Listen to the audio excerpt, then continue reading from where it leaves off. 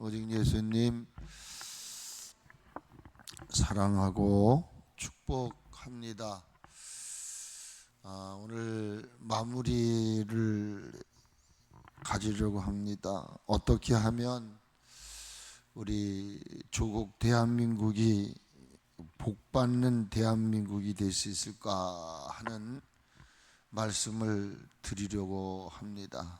첫 번째로는 하나님을 경외하는 나라가 됐으면 좋겠다라고 말씀을 드렸고요.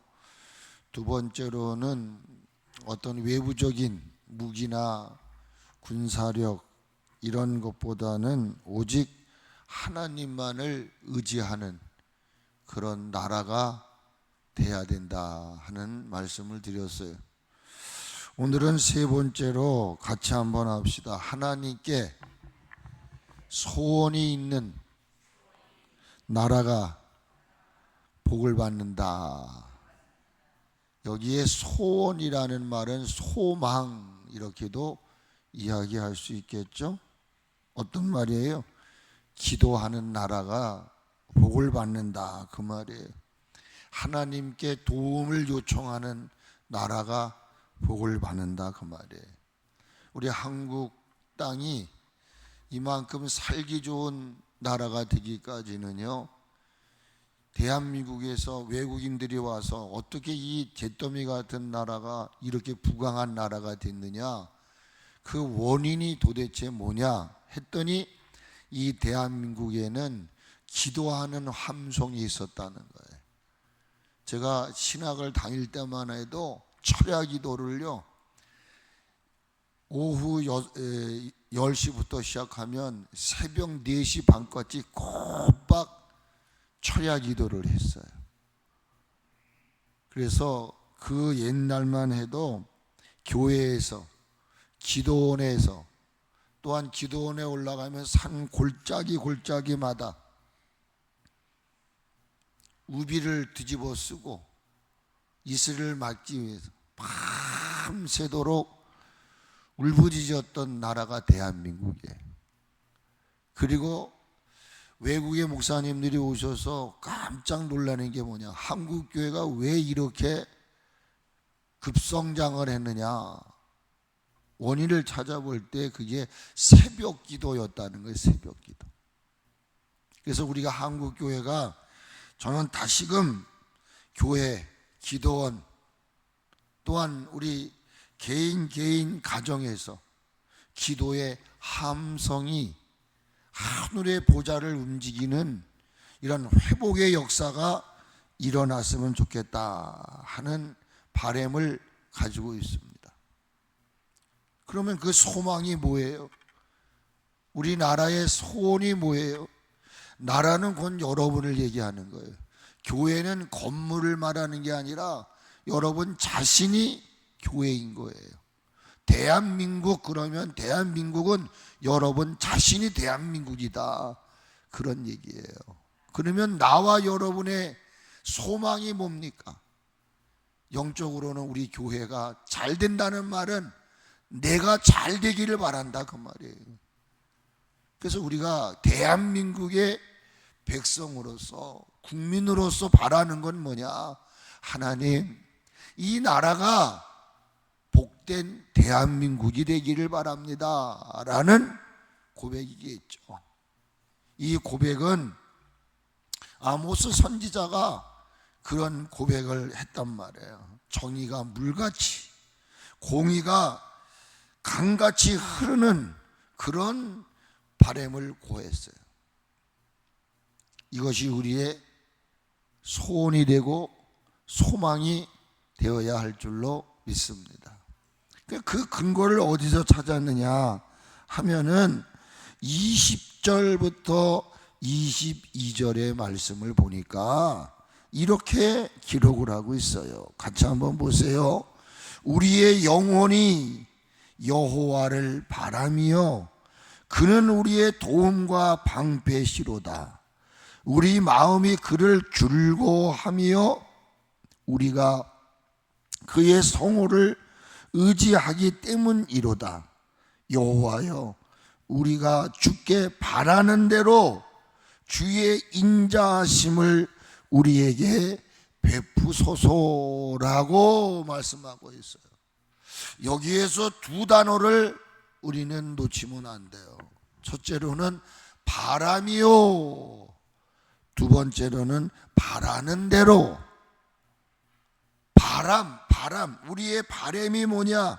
히브리어는 하카라고 기록이 됐어요. 바람이요, 여호와의 바라는 것이 뭐냐? 히브리어는 하카인데, 이 말의 의미는 기다리다, 기대하다, 대망하다, 이런 의미가 있어요. 또 하나는 뭐예요? 바라는 대로 이루어 주시옵소서. 이건 뭐예요? 히브리어에서 히알이라는 말, 야할이라는 말을 썼어요. 이 말의 의미는 바라다, 희망하다라는 말이죠. 그러니까 여기 바람이요 바라는도다 라는 말씀은 무엇을 말하냐면 우리의 소원, 우리의 비전, 우리의 바람을 주님 앞에 요청했습니다. 그러니 내 삶의 현장에 내가 바라고 소망하는 대로, 내가 구하고 내가 하나님 앞에 고백한 대로 어떻게 되라는 거예요? 이루어 주시옵소서. 이런 의미가 있는 것이죠. 그러므로 기도는 자신의 바람, 자신의 소망을 들어주실 하나님을 향해서 입술을 열어 고백을 하는 거예요. 그리고 그 하나님의 응답이 있기까지를 기다리는 게 기도라는 거예요. 여러분, 밥도요, 쌀을 씻어 가지고 밥솥에다 집어넣으면 금방 되는 게 아니에요. 어느 만큼 시간이 흘러야 밥이 되어지듯이 하나님 도와주세요 그러면 기다릴 줄 알아야 돼요. 응답이 되어질 때까지. 근데 우리는 그러지 않잖아요. 주세요 그러면 다 된 줄 알고 그게 당장 내 삶에 일어나지 않으니까 하나님 내 기도 듣지 않는다, 기도해봐야 소용이 없다라고. 아니에요. 기다릴 수 있어야 돼요. 내가 바랬던 말을 이루어 주실 것을 어떻게 하는 거예요? 기다리는 거. 바람이요라는 단어가 그 의미가 있다라는 얘기예요. 그러면 우리가 살면서 지칠 때도 있고 힘들 때도 있어요. 어려울 때도 있습니다. 우리가 삶 자체가요, 이런 말 룰루랄라가 아니에요. 살다 보니까요, 삶의 여정이 얼마나 파란만장한지 몰라요. 희노애락이라는 말이 그 말 아닙니까? 이러한 지치고 힘들고 어렵고 괴로울 때에 여러분, 구원받은 하나님의 사람들의 삶은 그때마다 주저앉고 좌절하고 불평하고 원망하고 탄식하는 것이 아니에요. 구원받은 하나님의 사람들의 삶은 그러한 극한 상황 속에 하나님의 도우심을 바라보고 살아계신 하나님 앞에 내가 지금 처한 모든 삶의 형태를 다 고백하는 거예요. 고백하고 하나님이 그 기도를 응답해 주실 때까지 뭐 하는 거예요? 기다리는 거예요. 근데 막연하게 기다리는 게 아니에요.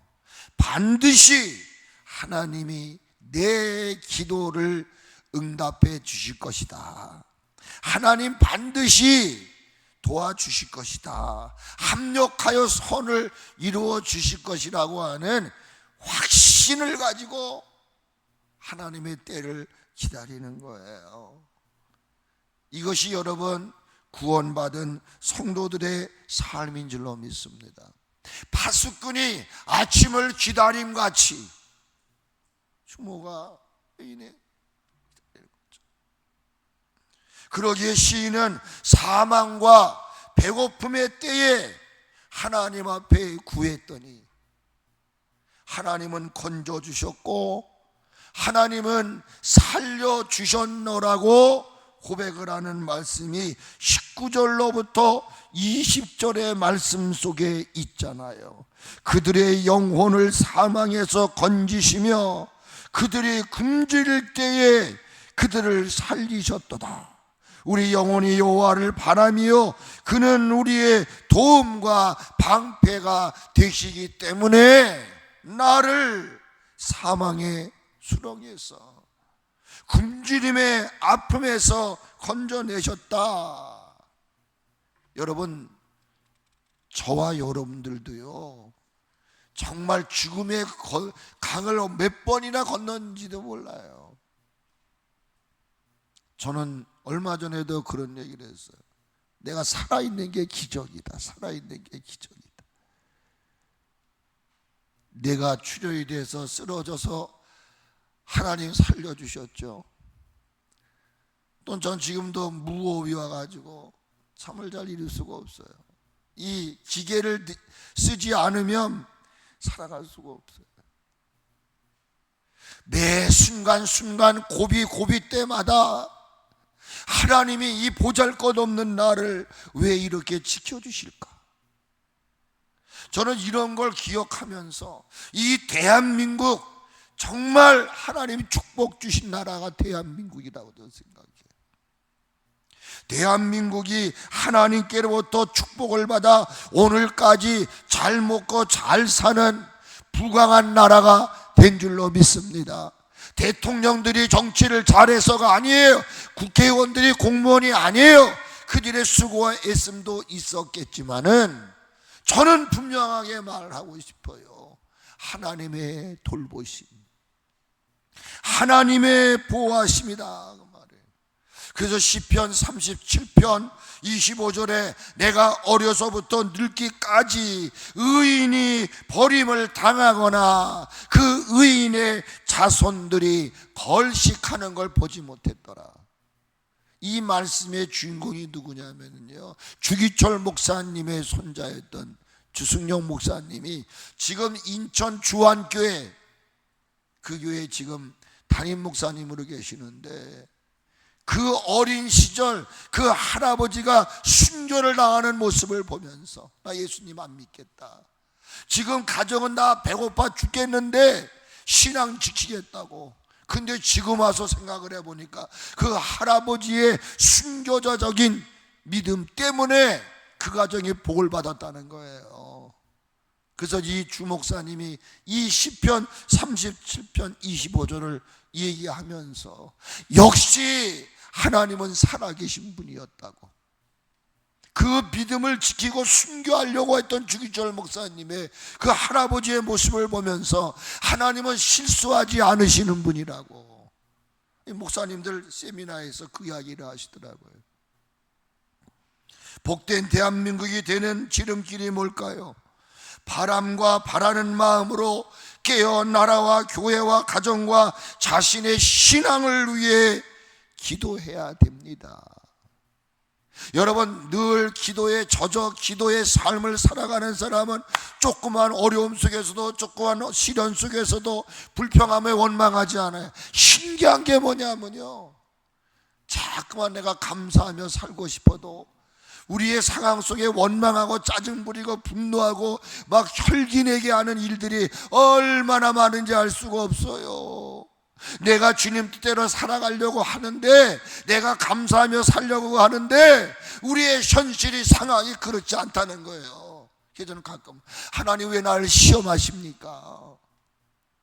내 체질을 알고 계시는 하나님, 이런 상황이 없게 해주셔야 되잖아요. 내가 바라고 기대하고 내가 주님의 일을 하고자 할 때 모든 것이 일사천리로 착착착착 되면은 기쁜 마음으로, 감사하는 마음으로, 즐거운 마음으로 일할 것인데, 그러니까 뭐예요? 하나님 왜 안 도와줬냐 이거예요. 근데 주님은 저에게 이런 말에, 너는 그것도 하나 못 이겨내니?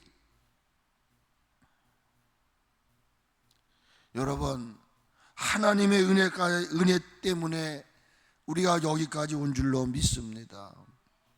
시편 34편 17절로 18절에 의인이 부르짖음에 여호와께서 들으시고 그들의 모든 환난에서 건지셨도다. 여호와는 마음이 상한 자를 가까이 하시고, 할렐루야. 하나님은 마음이 상한 자를 가까이 했다는 말이 뭐예요? 상한 자, 애통하는 자는 복이 있다는 말은 억울해서, 분해서 애통하는 게 아니에요. 하나님 뜻대로 살지 못하고 감사해야 되는데 감사하지 못하고 불평하고 원망하고 짜증부리고 왜 이렇게 내 상황을 이렇게 했어요? 나 주의 일하려고 그러는데 왜 이렇게 되는 게 없어요? 이건 내 생각이야. 그걸 잘 이겨내야 돼.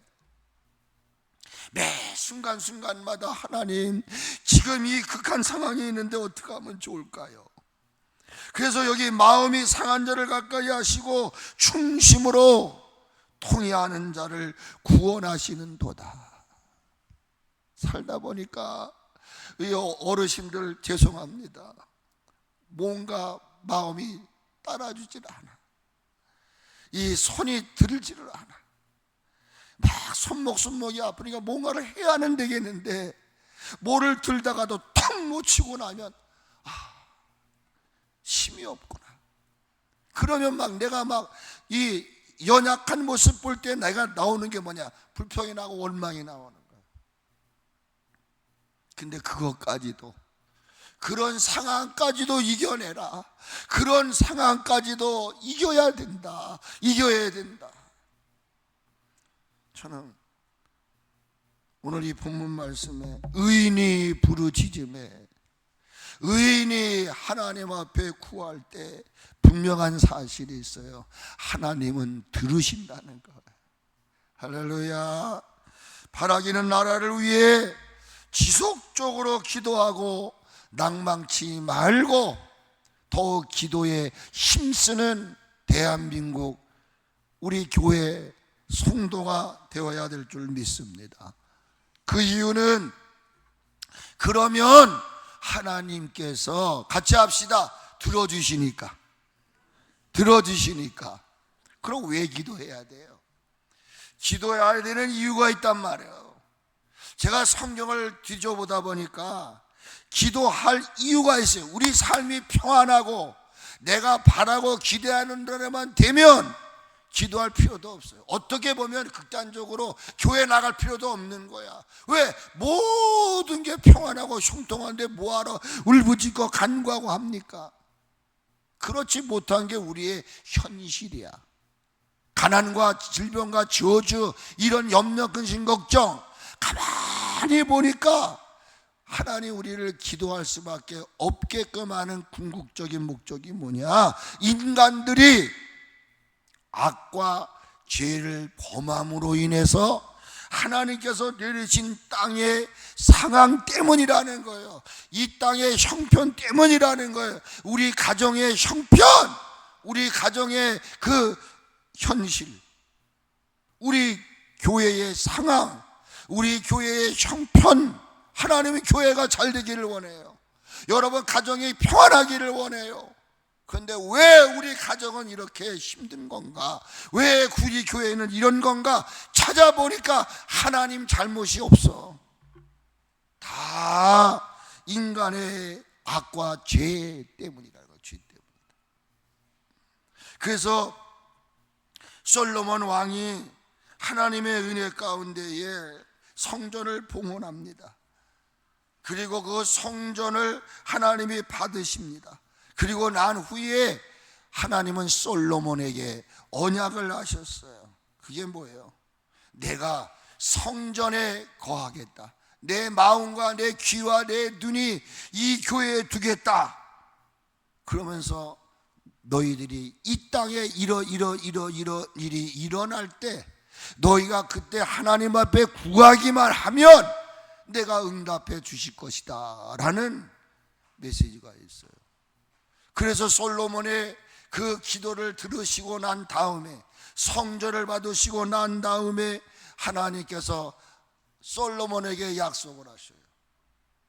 그 약속이 역대하 7장 13절의 말씀인 거예요. 잘 보세요. 홍내가 하늘을 열고 닫는 건 하나님이 하시는 거예요.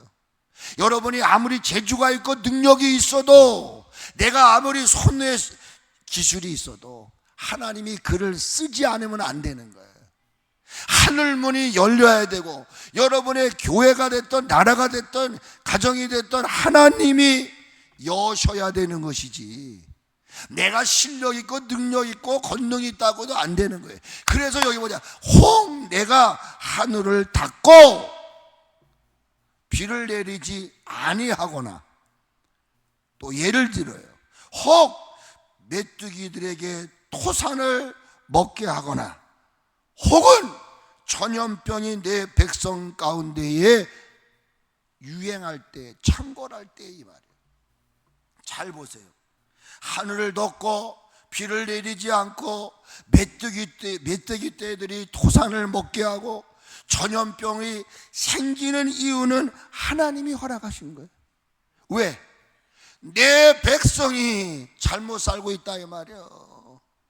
하나님의 백성들이 악과 죄를 저지르기 때문에 하나님은 깨달아 돌아오게끔 하시려고 닫혀진 문을 여는 방법, 내가 먹어야 할 양식을 곤충들이 먹게 되는 이유, 건강해야 할 우리들이 질병이 들은 이유는 하나님의 잘못이 아니라 구원받은 하나님의 백성들이 잘못 살았다 이거예요.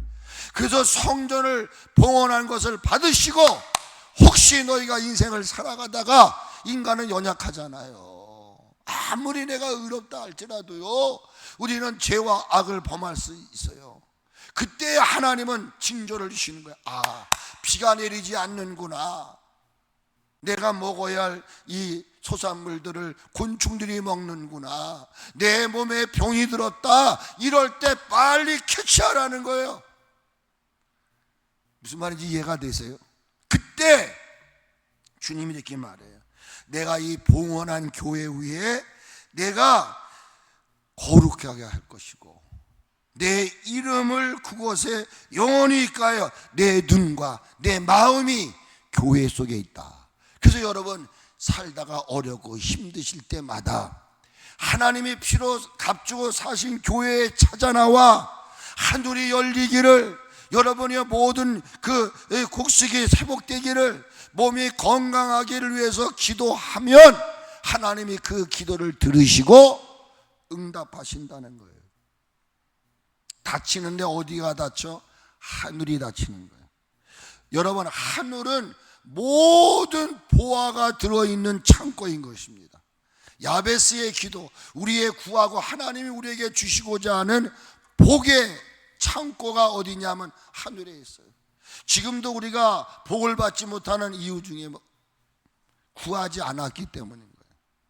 하나님 저와 여러분에게 귀한 걸 주시려고 여러분 개개인의 창고에다가 엄청난 것을, 그래서 야베스가 구하니 들으시고 응답하셨다, 유명한 말씀 아닙니까?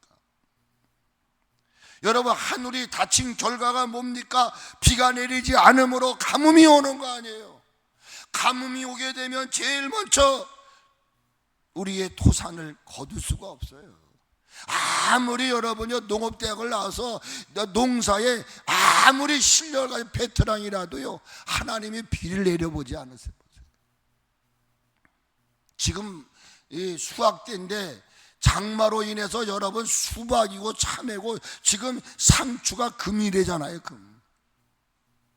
농사도 내 마음대로 되는 게 아니란 말이에요. 하늘이 닫히니까 가물지요.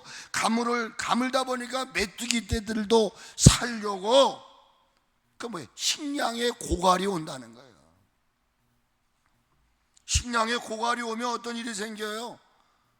우리가 건강해 먹고 건강하게 자면 몸도 건강해지는데, 이게 따라주질 않으니까 몸에 병이 드는 거예요. 몸에 병이 들어요. 그러니까 잘 들으셔야 돼요. 다쳤어요? 어디가? 하늘이. 모든 보화의 창고가 닫히면 안 돼. 아무리 실력있고 능력이 있어도 안 돼. 아무리 목사가 유명해도 하나님이 사람들을 보내주셔야 되고, 아멘. 이게 원리예요, 원리. 이걸 징조로 보셔요. 혹 내가 하늘을 닫고 이런 에사이가 생길 때 너희가 어떻게 해야 되느냐? 14절에서 이렇게 말씀하세요.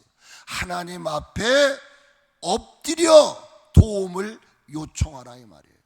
그래서 역대하 7장 14절에 이 말씀을 하시고 난 다음에 내 이름으로 일컫는 내 백성이 그들의 악한 길에서 떠나 스스로 낮추고 기도하여 내 얼굴을 찾으면 내가 하늘에서 뭐하고요? 듣고, 아멘, 그들의 죄를 뭐하고요? 사하고 그들이 거하는 땅을 어떻게 한다? 곤친다는 말은 회복시킨다 그 말이에요. 할렐루야. 믿으시기를 주의 이름으로 축원합니다. 유대 왕 가운데 가장 신실하게 사역을 감당했던 왕 중에 하나가 히스기야라는 왕이에요. 이 성경에서 히스기야 왕을 뭐라고 고백합니까? 히스기야는 25세의 왕으로 등극을 합니다. 그리고 29년이라는 세월을 통치를 해요. 근데 이 히스기야 왕은 멋있는 왕이었어요. 왕이 되자마자 성전을 정화를 시켜요. 우상을 다 제거하고 정말 놀라운, 오늘날로 말하면 개혁을 합니다. 내가 지금 이 말씀을 보게 된 이유는 윤석열 대통령이 이런 왕이 됐으면 좋겠다. 개혁하는 역사가 있었으면 좋겠다. 왕 위에 등급하자마자 감행했던 게 뭐냐면은 성전을 정화시키는 거예요. 예수님이 예루살렘을 올라가셔서 제일 먼저 하신 게 뭐냐면 내 집은 만민이 기도하는 집인데 어찌하여 강도의 구열을 만들었는고, 다 뒤집어 엎는 역사를 일으켰어요. 여러분, 제가 이제 말씀을 드릴 겁니다. 히스기야 왕이 그 역대하 30장 20절을 보게 되면 뭐라고 기록을 하고 있냐면 여호와께서 히스기야의 기도를 뭐 하시고 들으시는, 같이 한번 해보세요. 하나님은 들으시는 분, 나는 뭐 하는 사람? 말하는 사람. 뭘요? 내 바램, 소원, 내가 원하는 바를 하나님께 이렇게 엄마 밥 줘, 엄마 나 옷 줘, 나 돈 좀 줘, 이렇게 구하면 하나님은 어떤 분이라고요? 들으시고 응답해 주시는 분이다 이 말이에요.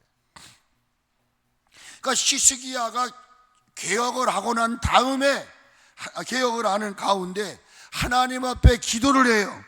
그랬더니 여기 분명히 보세요.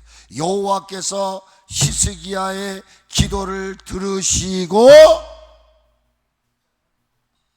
어디를 곤치셨다고 얘기하죠? 히스기야를 곤쳤다고 말합니까? 백성을 곤쳤다고 말합니까? 단수가 아니에요. 보세요. 백성을 곤쳤다. 그때 그만큼 백성들이 막 갔어요. 막 갔어요. 막 살았다고 말입니다. 막 살았다. 우리 한번 찾아보세요. 역대하, 제가 성경을 찾아보시라 그랬어요. 찾아보세요. 역대하 지금 30장이잖아요. 29장에서는 히스기야 왕을 소개하면서 그때의 나라가 어떠했었는가를 보잔 말이에요. 지금 우리나라와 비스무리한 모습들을 찾아볼 수 있어요. 자, 히스기야 29장 1절 제가 읽습니다. 2절 11절까지 읽는데요, 제가 1절, 여러분은 2절 꼭 읽으셔야 돼. 시작. 제가 먼저 읽을게요. 히스기야가 왕위에 오를 때의 나이가 25세라 예루살렘에서 29년 동안 다스리니라. 그의 어머니의 이름은 야비하요 스갈의 딸이더라.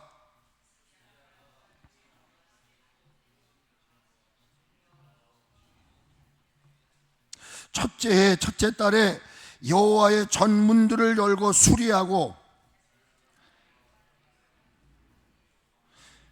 광장에 모았어요. 그들에게 이르되 내 윗사람들아 내 말을 들으라.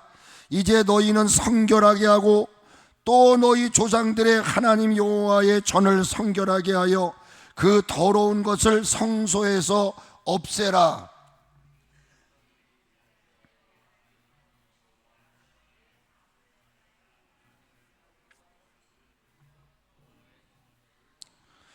또 낭실물을 닫으며 등불을 끄고 성소에서 분향하지 아니하며 이스라엘 하나님께 번제를 드리지 아니하므로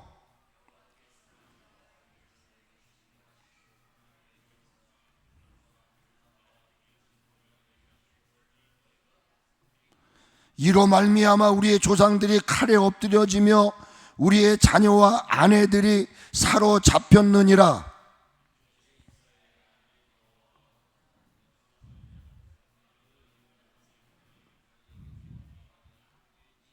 같이 읽으세요. 내 아들들아, 이제는 게으르지 말라. 여호와께서 이미 너희를 택하사 그 앞에 서서 수종들어 그를 섬기며 분향하게 하였느니라. 당시의 모습이 뭐예요? 더러웠어요. 추악했어요. 그래서 6절에 보면 범죄하여 하나님 보시기에 악을 행했다. 여호와를 버렸어요. 얼굴을 돌렸어요. 성소를 등졌어요. 문을 닫아버렸어요. 낭실문을, 등불을 켜라고 그랬는데 등불을 꺼버렸어요. 분향하지 않았어요. 번제를 드리지 않았어요. 그러니까 예배가 끊어지고 기도가 식어져 버린 거예요. 영적 모습이 하나도 없어져 버린 거예요. 이거를 히스기야가 왕이 되면서부터 쉽게 말해 개혁을 하는 거예요. 개혁. 그러니까 거기 8절 이하에 보면은 너희는 똑똑히 보는 바라.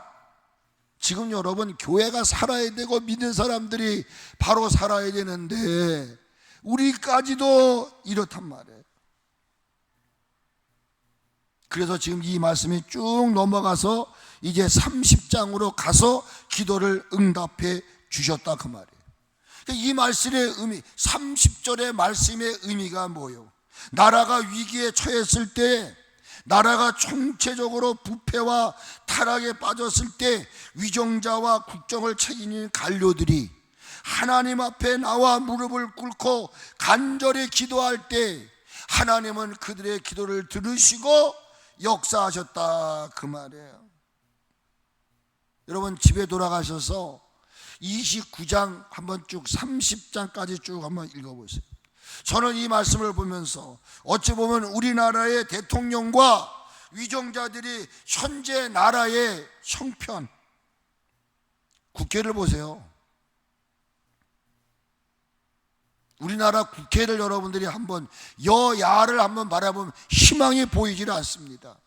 지금 어찌 보면 그렇게 아우성 칠 때가 아니라 모든 국회의원들이 무릎을 꿇어야 되지 않을까.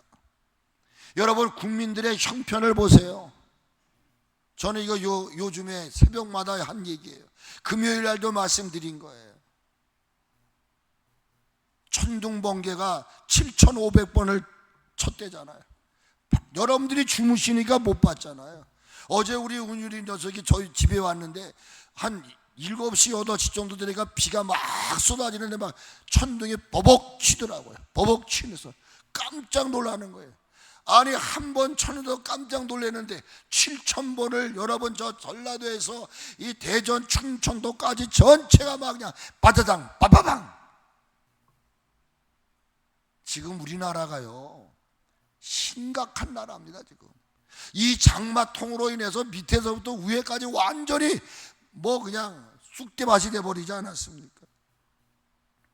이 사실들을 직감하고 저는 목회자로서 욕심일지는 몰라도 이런 상황 속에 국회가 아우성치지 말고 마음을 하나로 묶어서 어떻게 하면 대한민국이 정말 건강한 나라가 될 수 있을까? 말은 국민들을 위한다고 말하지만 저는 아니올시라고 생각할 때가 많아요. 여러분 히스기야 왕은 그 시대에 정말로 작심을 하고 개혁을 단행했던 모습이 본문에 맞습니다. 저는 이 일을 가능했던 게 뭔가? 하나님이 히스기야에게 개혁할 수 있는 길을 열어주시고 용기를 주셨겠죠.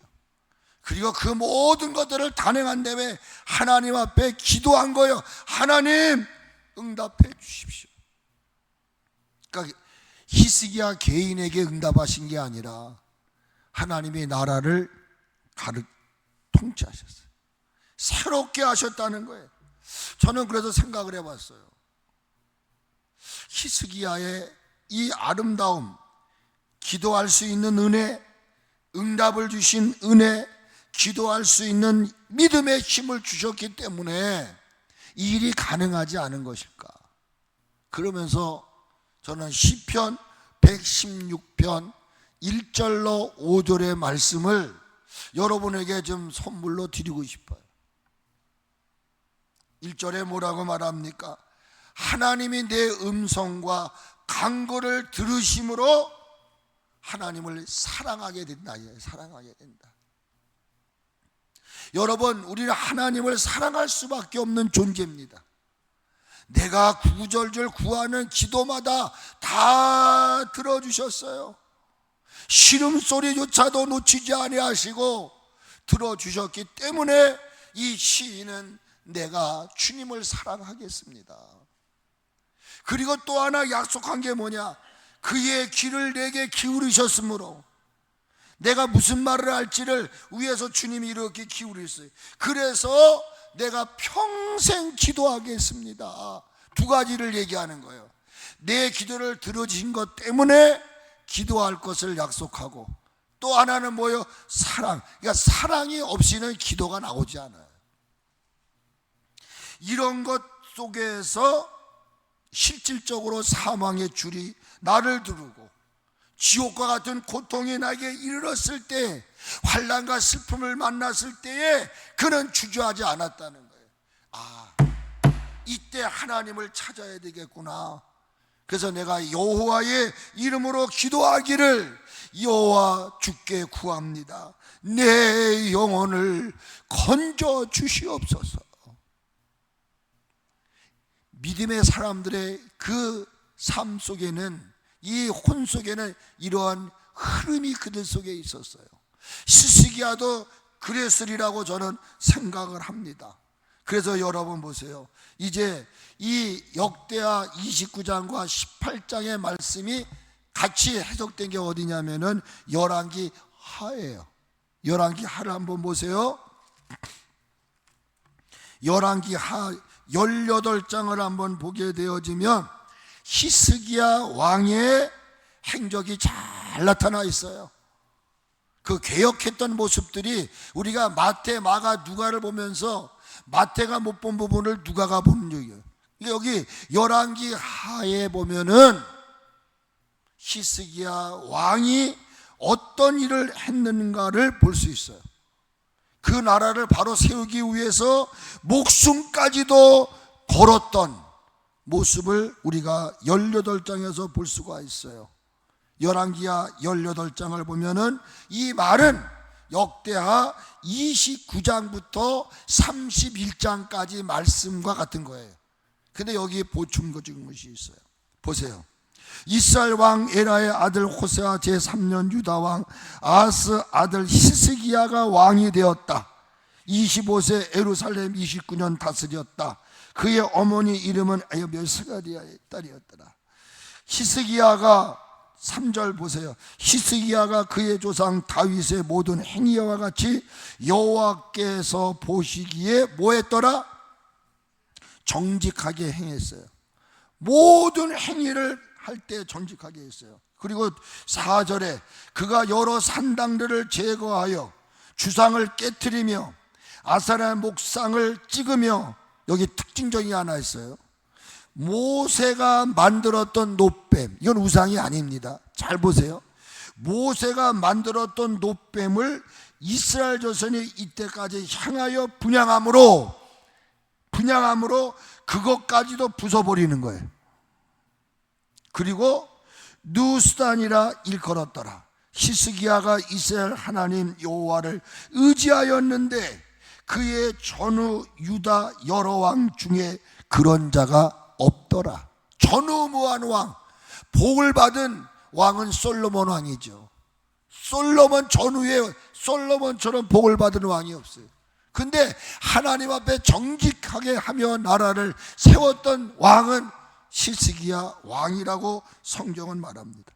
뭘 얘기하는 거예요? 시스기야 왕은 20서에 등급을 해서 29년 예루살렘을 통치할 때에 자신을 챙기지 않았어요. 먼저 나라를 세운 거예요. 먼저 선왕들이 개혁하지 못했던 우상을 제거하지 못하는 거예요. 산당을 과감하게 헐어내버리고 주상을 깨뜨립니다. 아세라 목상을 찍어버리고 우상들 앞에 분향하던 모든 것들을 부수는 개혁을 합니다. 이렇게 개혁하는 일에 반대의 저항이 왜 없었겠습니까? 그러나 그 반대의 저항을 무릅쓰고 한 나라의 책임자로서 생명을 각오하고 국정을 수행했던 모습을 볼 수 있어요. 우리나라의 현실이 어떻습니까? 교육, 노동, 의료, 교육 앞에 많은 아픔과 진통을 겪고 있는 것을 우리는 눈으로 귀로 접하고 있습니다. 앞장서는 사람들의 애로를 알고 힘을 실어 주어야 하는데 우리 사회적 모습은 그렇지 않는 것입니다. 그러나 그렇다고 해서 지금 의료개혁도 막 하다가 다시 흐트러지잖아요. 어떤 분위기, 요즘에 뭐예요 이거 뭐죠 이거? 여론조사, 지지도가 내려간다, 의료개혁 국민들이 한다, 이게 필요하다고 하면 그런 거 흔들리지 말고 추진해 나가야 되는데 그렇지 않다는 거예요. 저는 이 말씀 중에서 히스기야가요, 모세가 만들었던 구리뱀, 뱀에 물린 자마다 그 구리뱀을 달아서 놓고 그것을 쳐다보는 사람마다 다 곤침을 받았어요. 예수 그리스도를 상징하는 것이거든요. 근데 뭐냐, 구리뱀을 만들어 놓고 그것을 바라보는 건 문제가 되지 않았지만 이스라엘 백성들이 그것을 너무나 소중하게 여기는 거예요. 십자가, 여러분, 이거 우리가 그래서 지금 우리 한국교회 십자가를 띄는 이유가 뭡니까? 들어와서 십자가로 이런 것 때문에 띄어버리는 거란 말이에요. 그러니까 이것도 하나의 우상화를 만들 수 있었기 때문에 그것까지도 가감하게. 그럼 이건 뭘 얘기하는 겁니까? 왕이 돼서 나라와 백성들을 오직 신앙의 길로 이끌어 가려고 하는 이 왕의 마음을 여기서 우리는 읽을 수가 있다는 거예요. 저는 그러면서 힘들고 어렵지만 여호수아가 모세의 대를 이어서 이걸 때 막 두려움이 있었어요.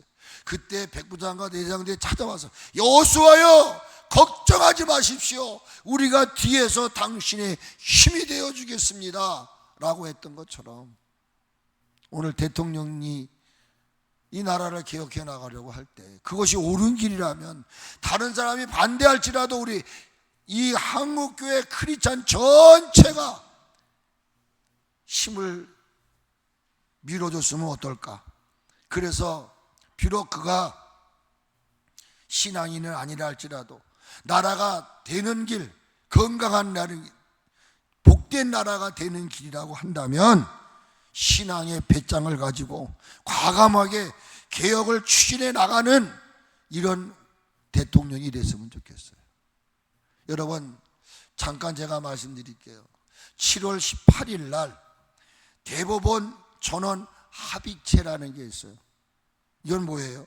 사회적의 어떤 큰 혼란을 일으킨 사건이라든지 또 어떠한 대법원에서 판결한 것들을 뒤집어 보려고 할 때에 이 전원 합의체라는 것은 14명으로 구성된 거예요.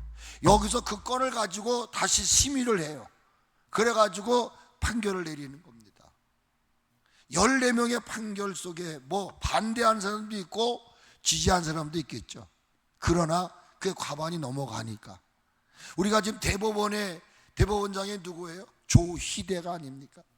윤석열 열배가 세운 거예요. 근데 아무리 지금 여러분 혼자가 될 수 없다는 거예요. 다수가. 그래서 18일 날 어떤 일이 있었습니까? 동성애 커플, 동성 부부 사이의 건강보험 피부양자 자격을 인정하는 판결을 내린 거예요. 이건 뭘 말합니까? 동성혼 합법화로 가는 지름길을 열어준 거예요.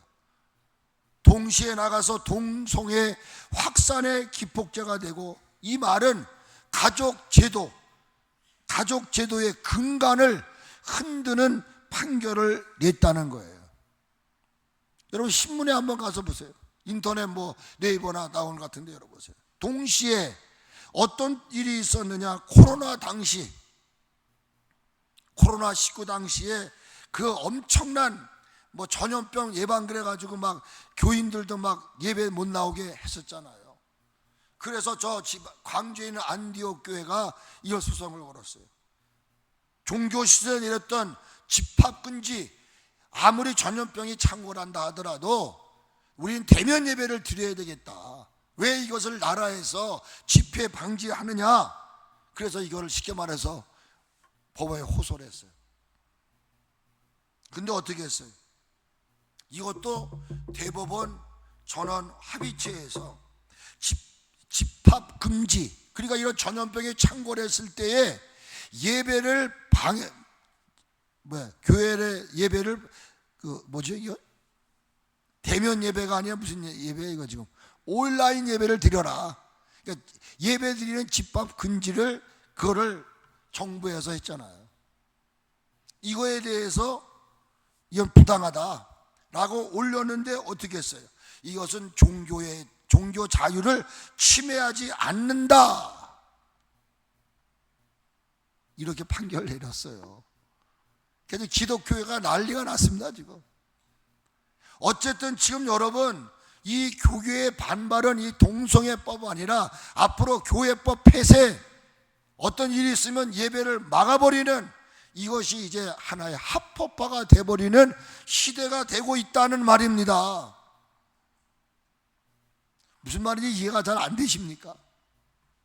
그러므로 히스기야 당시 민족적 개혁을 감행할 수 있었던 것은 어디서부터 왔던 것일까? 히스기야는 기도하는 사람이었다는 거예요. 오늘 여러분 열왕기상 18장 5절부터 7절까지를 한번 보면서 이제 마무리를 짓겠습니다. 한번 보세요.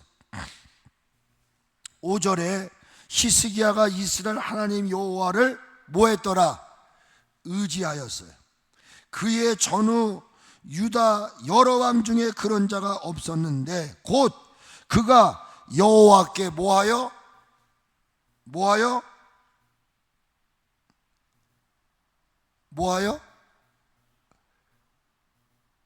얘기를 해보세요.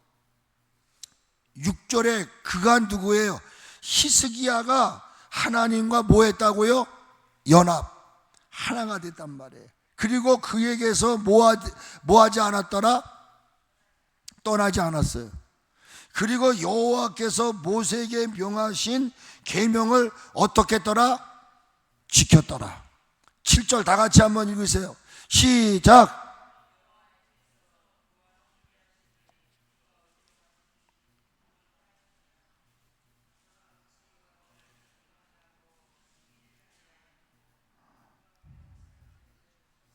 아니 근데 왜 다 안 읽으실까? 읽으셔야 돼요.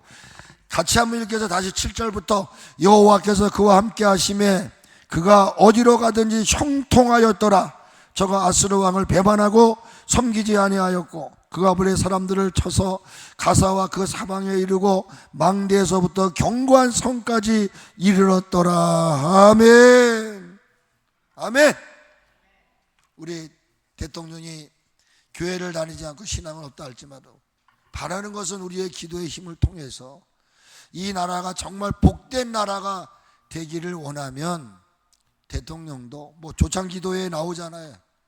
나와서 괜히 그냥 참석하는 걸로만 하지 말고 정말 나라의 건강함을 위해서 기도하는 그런 대통령이 됐으면 좋겠고, 우리는 아직 그에 부족한 것이 있지만 우리 그리스도인들은 대통령이 또 우리 관료들이 정말 하나님을 두려워하는 마음을 가지고 우리 복된 대한민국을 만들어 나가는 일에 그들이 앞장설 수 있게끔 뒤에서 기도해 주는 여러분 되시기를 주의 이름으로 축복합니다.